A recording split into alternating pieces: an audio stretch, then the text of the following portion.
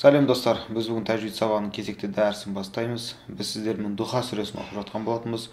Духа сүресінің біз 6-шы аятын бітіп, 7-ші аяғына аяқ бастық. 7-ші аятына өткен сабақтарда біз сукунды нун мен тәнуиндерге байланысты 3 ережені өттік. Идғам ережесін, изхар ережесін және де ихфа ережесін өттік. Енді сукунды нун мен тәнуиндерге байланысты жалғыз ереже қалды. Оны біз аят барысында кездескен кезде оны оқи жатармыз. Бүгін біз қазір 7-ші аятын оқимыз Духа сүресінің. Сол аятта кездескен мәт ләзім ережесімен танысатын боламыз. Аятқа назар аударайық. Аузу биллахи минаш шайтанир раджим. Бисмиллахир рахманир рахим. Міне, Духа сүресінің 7-ші аятында бізге қараймыз. Уа ваджадака.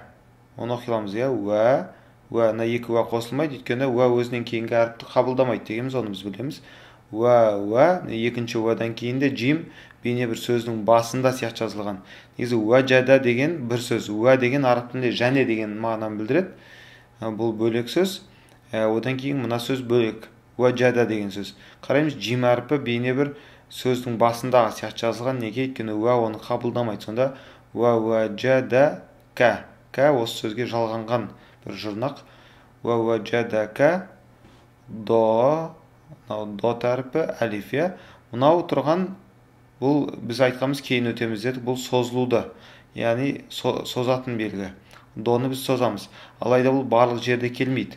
Тек қана белгілі бір жағдайларда ғана келеді. Біз бүгін сонымен танысамыз. Қараймыз. Бұл до тәріпінен кейін әлиф келген. До тәріпі фатхалы. Әлифтің үстінде уасыл хамзасының ешқандай белгісі жоқ. Демек, біз уасыл хамзасының белгісін білеміз, ол мына уаддуха дегендегі білесіз, әлифтің үстінде тұрған уасыл хамзасының белгісі. Алайда біздің мына 7-ші аятта әлифтің үстінде ондай белгі емес, басқа бір қылышқа ұқсаған бір белгі тұр. Демек, қысқасы бұл уасыл хамзасының белгісі емес. Сонда бұл до деп екіге созылу керек. Екіге созылатын болса, бұл мәт деп аталады. Мәт табиғи мәт. Табиғи, бұның не үшін табиғи? Араб тілінде бұл бар. Бірақ басқа мәттің түрі араб тілінде жоқ, сол үшін олардың бір атаулары бар. Бұл табиғи мәт. Алайда осы табиғи мәттен кейін бір әріп келіп, оның үстінде сукун немесе шәдда тұратын болса, біздің жағдайымызда бүгін шәдда тұр. Бұл табиғи мәт болмайды.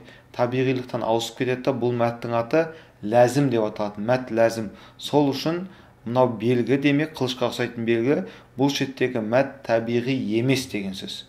Яғни бұндай белгі болатын болса, біз екіге созбаймыз.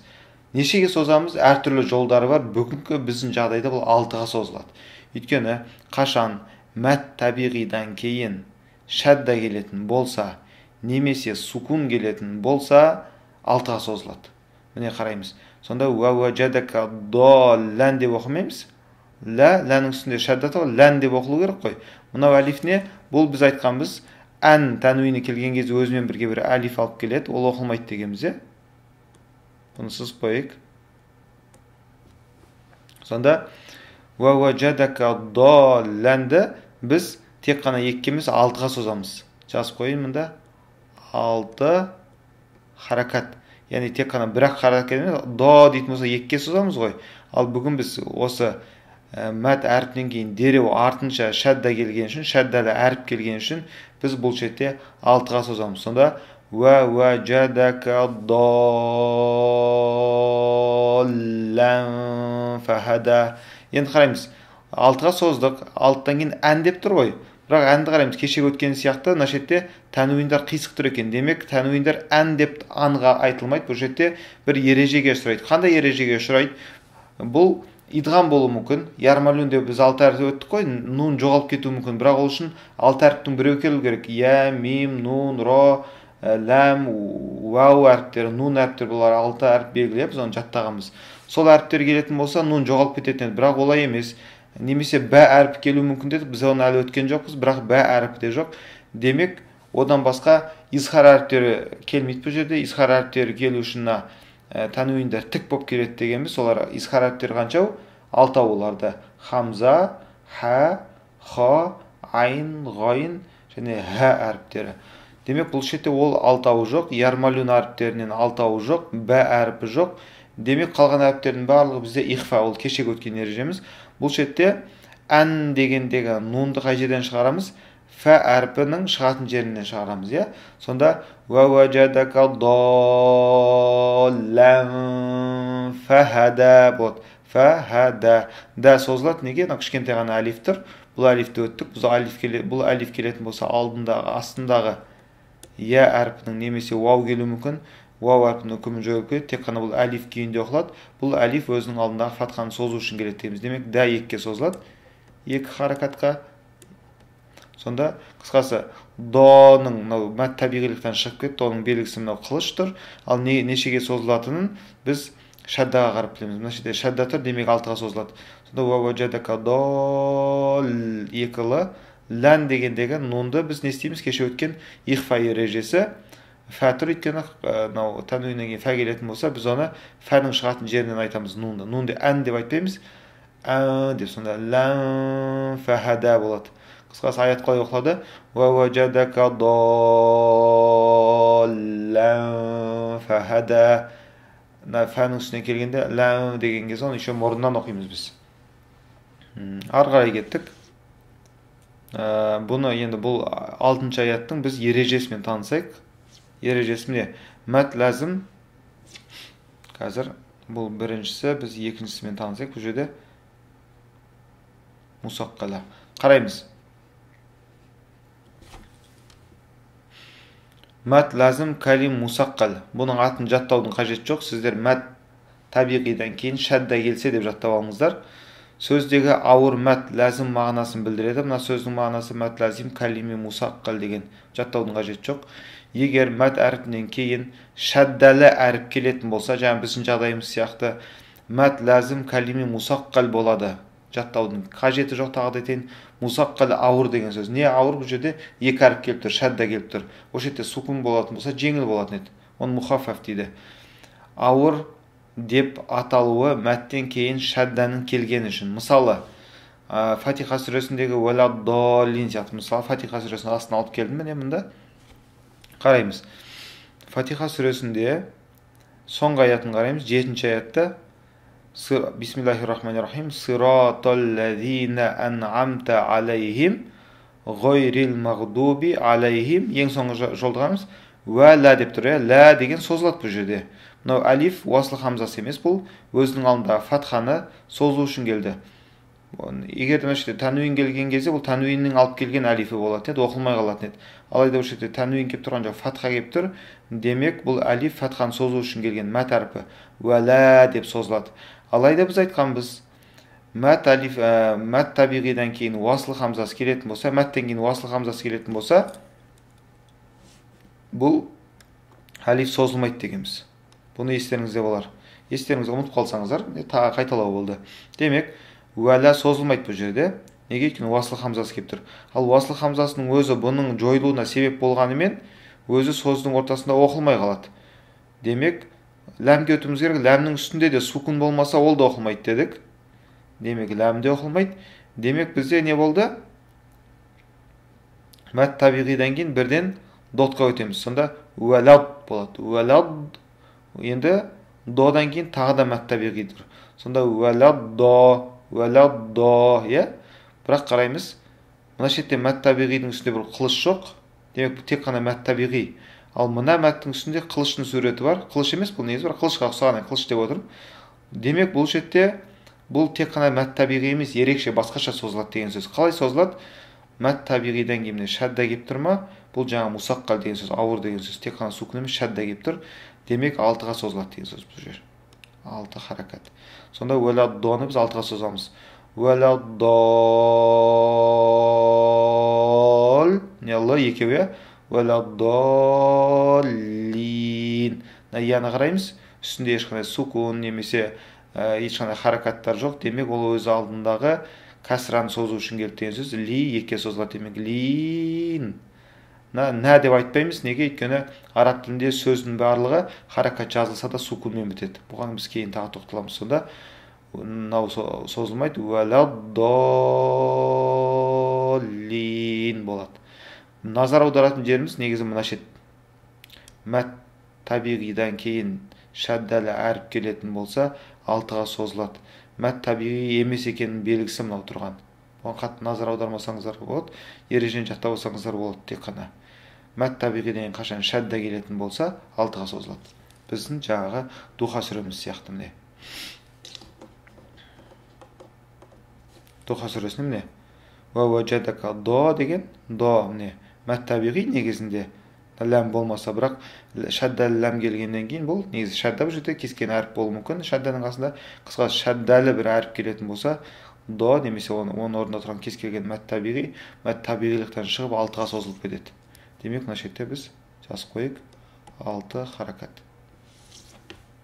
Сонда уәжадака доллан фахада болды.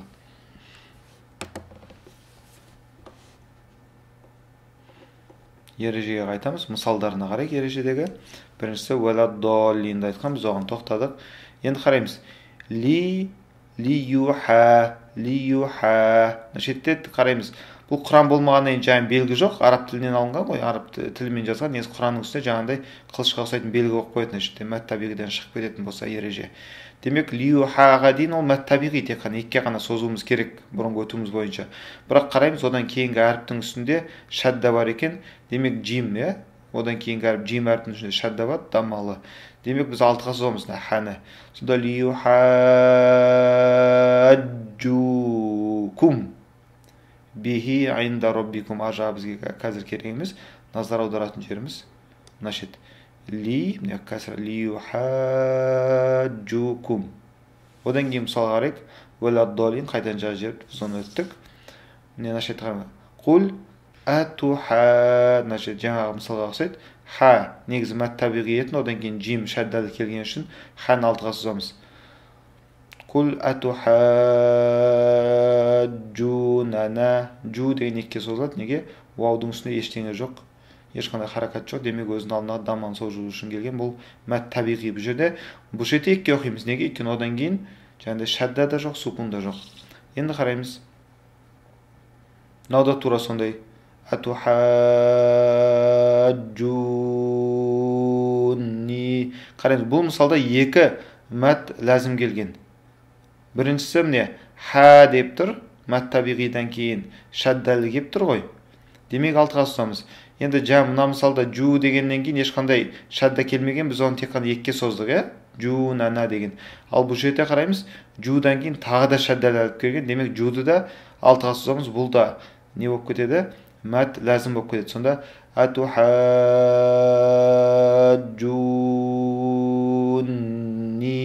Көрдіңіз ба? Ни нәрсете харакатты болу керек. Я соны созу үшін келген. Яның үстіне астында ештеңе жоқ. Филла бұл бөлек. Демек бұл жерде екі мәт ләзім бар. Үшіншісін қараймыз. Құл әзакаройни деген сөз. Бұл жерде ә деген ә тұр. Бұл хамза тұр, фатха. Мынау міне уасыл хамза семесінде қылыштың суреттері жаңағы. Демек бұл жерде мәт табиғи емес, екіге ғана созылмайды. Негізі қалып жағдайда екіге созылу керек, бірақ екіге созылмайды бұл жерде деп тұр. Неге? Өйткені одан кейін ләм келіп тұр ғой, бұл ләм оқылмайды, үстінде сукун жоқ. Демек одан кейінгі әріп оқылады. Одан кейінгі әріптің үстінде шадда тұр. Демек мынау тұрған екіге созылмайды, алтыға созылады деген сөз. Сонда құл әззакаройни деп оқылады. Одан кейінгі мысалға келейік. Құл мына сөз болмаған кезде тек мына екеуі ғана болғанда, мен алиф қана болса, бұл екіге ғана созылады. Бірақ одан кейін Алла сөзі тұр, оның басында ләмнің үстіне сукун жоқ, бұл оқылмайды. Одан кейінгі ләмнің үстіне шадда тұр. Демек мәт табиғиден кейін шадда келіп тұр. Бұл жерде алтыға созылады. Құл Аллаху әдина лакум. Мән беретін жер мына шет. Қараймыз. Құл әфә ғайраллахи. Уасыл хамзасы белгісі жазылмаған, Құран болмағаннан кейін. Мына шетте ләм оқылмайды, сукун жоқ, мынаған түсеміз. Бірақ бұл шетте алтыға созылмайды. Неге? Мәт жоқ. Құл әфә ғайраллахи деп оқимыз. Тәмуру. Қараймыз, родан кейін уау тұр. Оның үстінде дамма тұр. Уау. Ештеңе жоқ үстінде, астында. Демек бұл мәт. Бірақ қандай мәт екен қайдан білеміз? Негізі табиғи болу керек қалыпты жағдайда, бірақ одан кейінгі әріптің үстінде шадда тұр. Демек бұл алтыға созылады.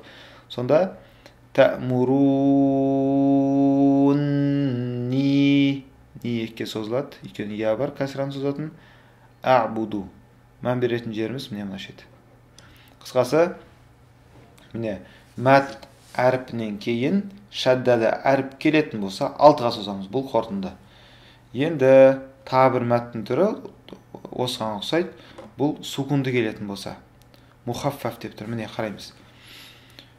Мәт ләзім кәлими мухаффаф. Сөздегі жеңіл мәт ләзім мағынасын білдіреді. Егер де мәт әрпінен кейін сукун келетін болса, шәдда емес сукун келетін болса, мәт ләзім кәлими мухаффаф болады. Мухаффаф жеңіл деп аталуы сукунның шәддасыз келген үшін. Яғни шәдда дегеніміз екі әріп та, жерде. Екі әріптің біріншісі сукун ғой негізінде. Ал бұл жерде сукунның өзі жазылады, шәдда емес.